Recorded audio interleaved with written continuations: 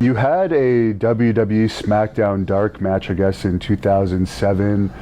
2008. 2008, okay.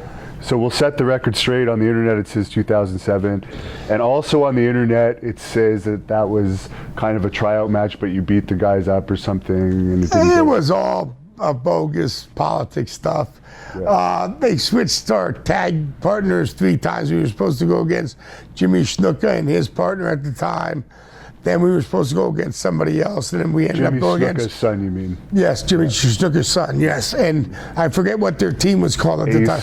Or Deuce and Domino. Yeah, Deuce and Domino, right. And then it got to switch to somebody else, and then 10 minutes before we were ready to go on, it got switched to David Taylor, who we know, and Drew Mcintyre, who was still in the developmental at the time and really didn't know that much, and he was young.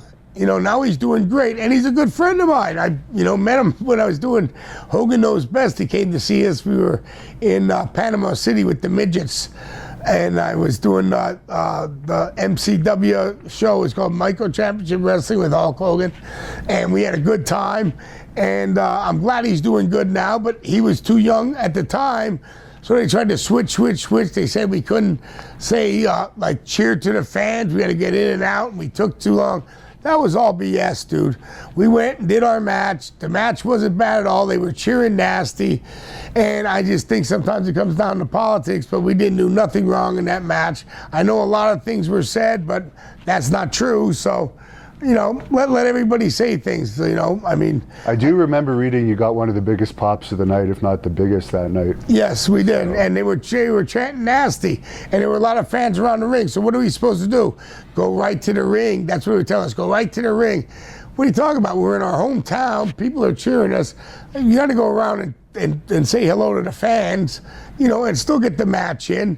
And the match was supposed to be just kind of a squash match anyway. It was supposed to be something big. And Drew was just, like I told you, just getting out of the developmental. He was still in the developmental. And David Taylor. And David was a producer at the time. And he was no to this, no to that. He didn't want to do nothing wrong. So he would get heat backstage that you should have known better. So that's the way it is. Who got the pit stop in that one?